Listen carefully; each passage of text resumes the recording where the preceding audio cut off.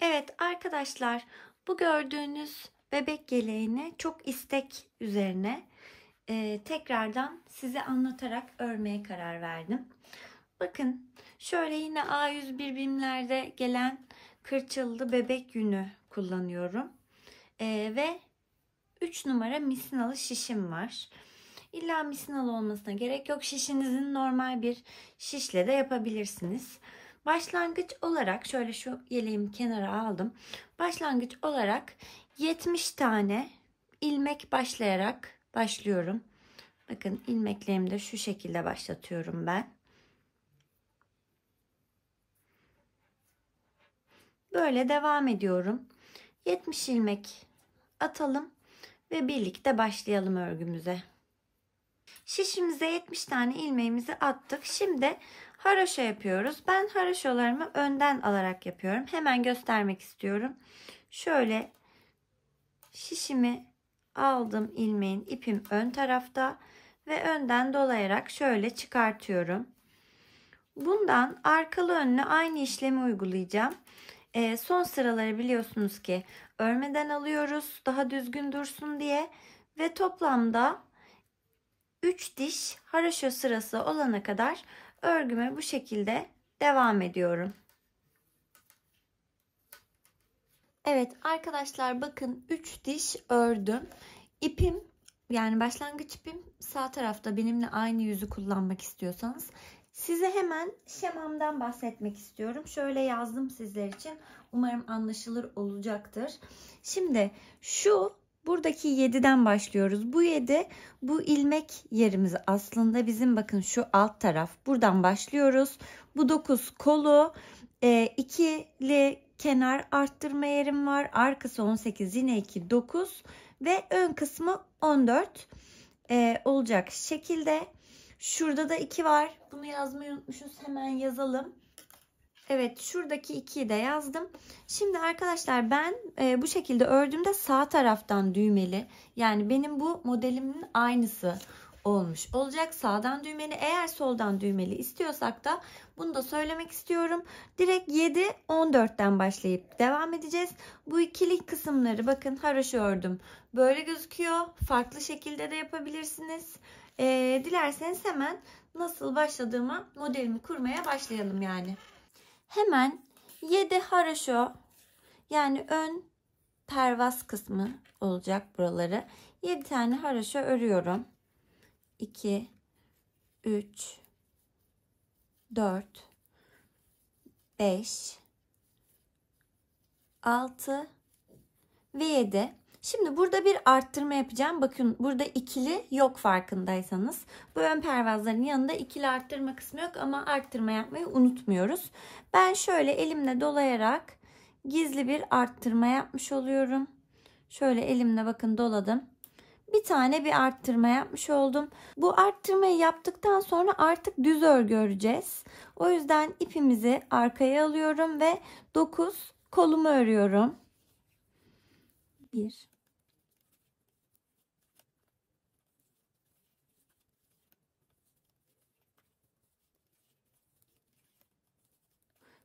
Evet, kol kısmını ördüm. Şimdi 2 arttırma kısmı geldi. Burada yine böyle elimle bir tane arttırma yapıyorum. Burada dikkat etmeniz gereken şey, 2 tane önden alarak haroşa alıyorum. Düz örmüyorum. Ve bu ikilinin sonrasında da tekrar arttırmamı yapıyorum.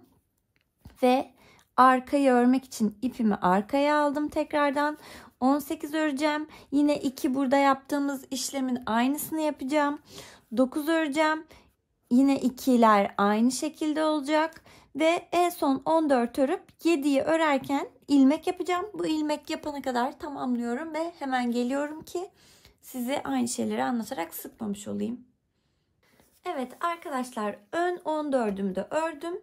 Kenar pervazımız için son 7 oldu. Burada ilmeği göstereceğim demiştim. Bakın 7 tane ilmek kaldı şişimde.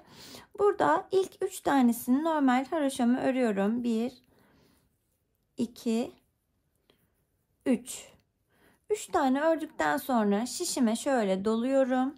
Ve buradaki ilmeği ikisini beraber alıyorum. örüyorum ve son ilmeği yine her sıra sonundaki gibi örmeden şişime alıp döndürüyorum. Bu sıraları yaparken dikkat etmeniz gereken şey şu 7'ler ve 2'ler haraşo, öbür taraflar düz, yani arkadan dolayarak olacak. Arka yüzlerinde de hiçbir şekilde bir arttırma kesme işlemi yapmadan komple gördüğümüz her şeyi önden alarak, yani baş sıralarda yaptığımız gibi haraşo yapıyoruz. Arttırdığımız ilmekleri de haraşo yapıyoruz. Bakın burada şu anda iliğimi görüyorsunuz. İliğimi devam ediyorum. Bu şekilde devam ederek aynı işlemi tekrarlayarak roba kısmımı, çalışmamı bitirmiş olacağım. Nasıl bitireceğim? Şimdi modelimde göstereyim tekrardan. Buradan toplam bakın şu kol ucundaki haraşolara kadar 14 kere arttırma yapıyorum. İliğimi açtıktan sonra da aralarda hep 13 bırakarak devam edeceğim. Bunu da söylemiş olayım. 14 tane arttırmamı yapayım. Bu devamında nasıl bir yol izliyoruz onu da hep beraber konuşalım. 14 sıra ördükten sonra bu şekilde gözüküyor arkadaşlar. Bakın yine ön sırayı örmeye devam edeceğim. Bu 14 sırayı da şuradan kolayca arttırma yerlerini dişlerinden sayarak bulabilirsiniz. Şimdi kol kısımlarında 3 diş haraşo olacak. Özellikle böyle tuttum ki kol neresiydi diye karıştırmayın. Şu iki kısım kolumuzdu bizim. Şimdi onu da göstermek istiyorum. Arttırma işlemimiz bu arada devam ediyor. Başlangıç adımımda normal burayı her zamanki gibi yapıyorum. Evet, kenarını ördükten sonra yine arttırmamı yapıyorum. Aslında tek fark arkadaşlar, burada biliyorsunuz ki ipi arkaya alıp düz örüyorduk. Şimdi normal haraşo öreceğiz. Yani önden gidecek. Bakın ilk kol yerini, yani şöyle tuttuğumuzda bu ikisiydi biliyorsunuz. Burasını haraşo devam ettim. Burada ikili arttırma kısmına geldim. Burada yine bütün işlemlerim aynıydı. İlmeğimi arttırdım. 2 tane ördüm ve tekrar ilmeğimi arttırıyorum ve ipimi geri aldım. Arkayı normal ördüğüm gibi düz örüyorum. Burayı da yine haraşo şeklinde öreceğim. Yine burayı düz öreceğim. Arka yüzünde yine önden alarak haraşoma devam edeceğim ve 3 diş olduktan sonra artık kol kesimini yapacağız beraber. Oraya kadar tamamlıyorum ve geliyorum. 3 diş haraşomuzu ördük arkadaşlar. Yani kol kısımlarına gelecek şekilde ve totalde burada 17 sıra arttırma yapmış olduk. Şimdi bu kol kısımlarını keserek yani artık formunu oluşturacağız yeleğimizin ve koltuk altı kısmına gelmiş olacağız. Buradaki bu yediliği ördük. Şimdi kesme işlemini yapıyoruz. Kesme işleminde birinciyi örüyorum. İkinciyi de örüyorum. Ve ilk ördüğümü şöyle şişimle atlatarak kesme işlemini yapmış oluyorum. Bakın örüyorum ve atlatıyorum. Örüyorum ve atlatıyorum. Bu şekilde kesme işlemlerimi devam ettiriyorum. Bakın son arttırma yaptığım yeri dahil etmeden ama bu ikili arttırma yerini dahil ederek kesme işlemimi tamamladım. Ve burada sonuncuyu yaptıktan sonra ipimi arkaya aldım. Burası arka kısmımızdı biliyorsunuz. Bu arka kısmını normal örgüme devam eder gibi şöyle ters örerek devam ediyorum. Aynı işlemi burada bu kolda da yapacağım.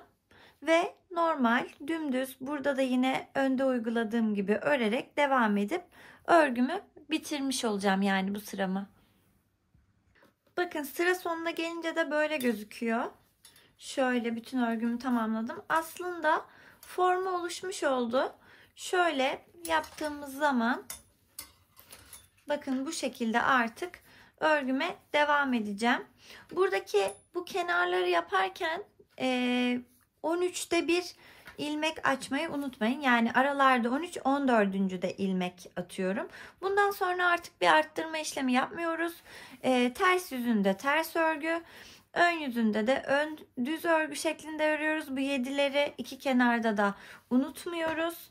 Bakın modelimden anlatacak olursak başta 3 vardı. İlik açmıştık hemen bu düz yere gelince.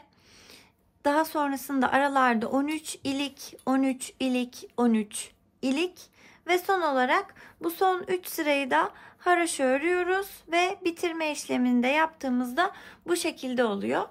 Tüm bu işlemleri tamamladığımda yeleğim ana hatlarıyla oluşmuş olacak. Bunları tamamlıyorum. Sonrasında da üzerindeki bu bulutları ve fiyonku nasıl yaptığımı hemen beraber yapacağız. Bakın arkadaşlar, örgüm bitti şu anda. Bakın gayet kullanıma hazır. Düğmelerini diktikten sonra kullanabileceğim bir model oldu. Ama ufak detaylarla şimdi onu bu hale getireceğiz. Gerçekten çok gösterişli bir yelek olduğunu düşünüyorum. Şimdi öncelikle buradaki bulutun şu alt kısmından başlayacağım. Size hemen göstereyim. Şişime 15 ilmek aldım. Bir sıra haroşa ördüm önden alarak. Şimdi 3 diş olana kadar, yani 3 arttırma sırası yapacağız. Nasıl yapacağız? İlk ilmeğimi örüyorum. Hemen bir şurada şöyle bir gizli arttırma yaptım. Tekrar örüyorum. Yani komple bu sırayı örüyorum bu şekilde. En son ilmekten önce de gizli arttırmamı yapıyorum. Arka yüzünde arttırma yapmıyorum. Ön yüzünde arttırma yaparak devam ediyorum. 3 sıra iki yandan şöyle arttırmış olacağız. Bunu yapalım. Nasıl gözüktüğüne bir bakalım. İlk ve son ilmekten sonra her sırada birer arttırma yapacağız. Bunu unutmayın. Bakın 3 sıra arttırma yaptım. 3 sırada arttırma yapmayarak normal düz ördüm. Başlangıçta 15 ilmeğimiz vardı biliyorsunuz. Arttırma yaptığım sıralar 3 sıra olduğu için her sırada da 2 tane başta ve sonda birer atlayarak arttırma yaptığım için 6 eklendi ve şu an 21 ilmeğim var. Şimdi de buradakinin tam tersi 3 sıra eksiltme yapacağız. Bunu da hemen nasıl yaptığımı göstereyim. Tahmin ediyorsunuzdur artık ama bir tane ördüm. İkinciyi ve üçüncüyü birlikte aldım. Sıra sonuna kadar devam ediyorum. Ve yine burada bir tane bırakıp bu sondan 2 ve 3'ü birlikte alacağım. Arka sırada hiçbir işlem eksiltme arttırma yapmadan düz örüp düz sıramızda tekrar aynı şeyi yaparak 3 kere devam edeceğiz. Ve bulutumuzun şu alttaki kısmını oluşturmuş olacağız. Ve bütün kesme işlemlerini bitirdikten sonra tekrar 15 ilmeğim kalıyor. Şimdi iki kenardan da 4'er tane kesme yapacağım. Nasıl yapıyorum? Bir örüyorum. İkincisini örüp atlatıyorum. Bir oldu. 2 3 ve 4.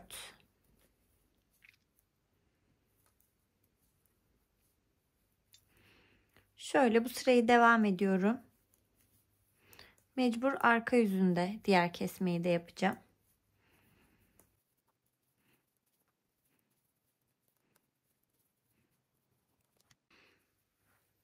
Geldim arka yüzüne.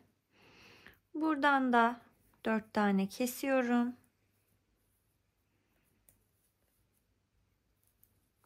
1 2 3 ve 4.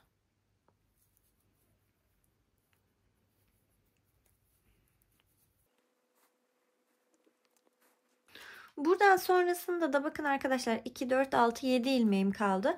Şurada kesme işlemi yapıyorduk ya, bunun aynısını uygulayacağız. Yani bir tane örüyorum. İkisini beraber aldım. Örgüme devam ettim. İkisini beraber aldım ve tek ilmeğimi aldım. Arka sırada bir işlem yapmadan devam ediyorum. Buraları atlamadan göstereyim ki kafa karışıklığı olmasın dedim. Zaten çok kısa ilmek.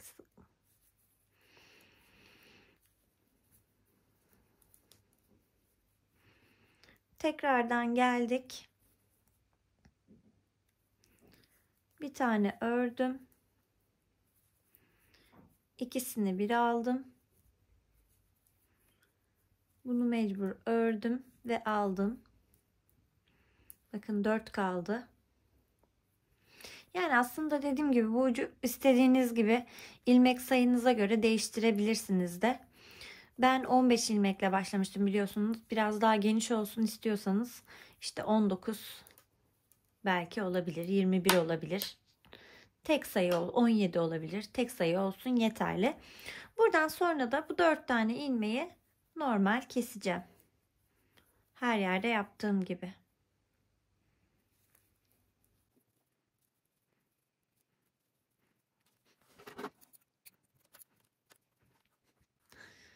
Bakın bulutumuzun üstüne böyle iğne iplikle işlemeler yaptım. Burası içeride dikileceği için buraya önemli değil.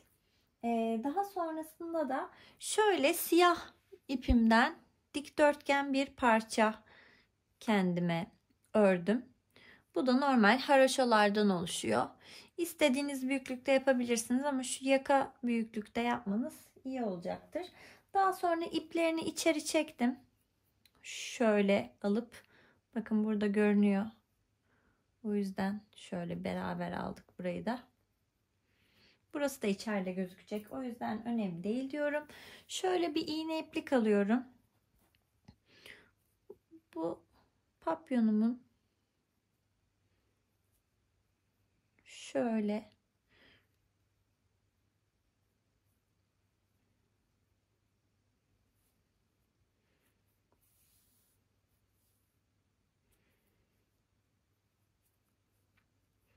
böyle tam ortalayıp burayı böyle sıkıyorum.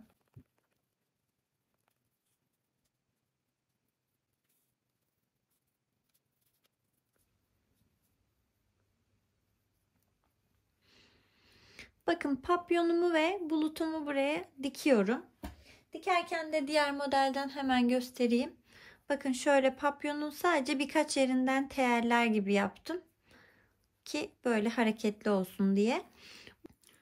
Bulut ve papyonumu diktim arkadaşlar. Şimdi şöyle bir iğne iplik aldım.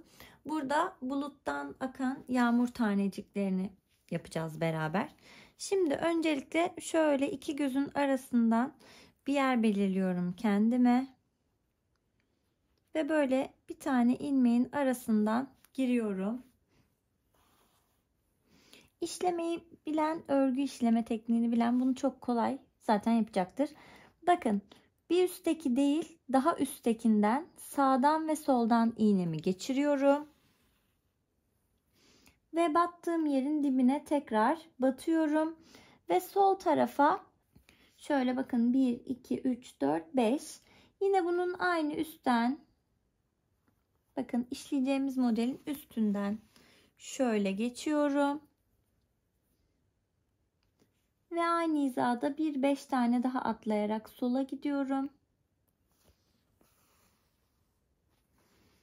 Bakın bu şekilde 5, 4, 3, 2, 1 diye gidecek. Yani buraya da 2 tane işleyeceğim. Diğer modelimde hemen göstereyim.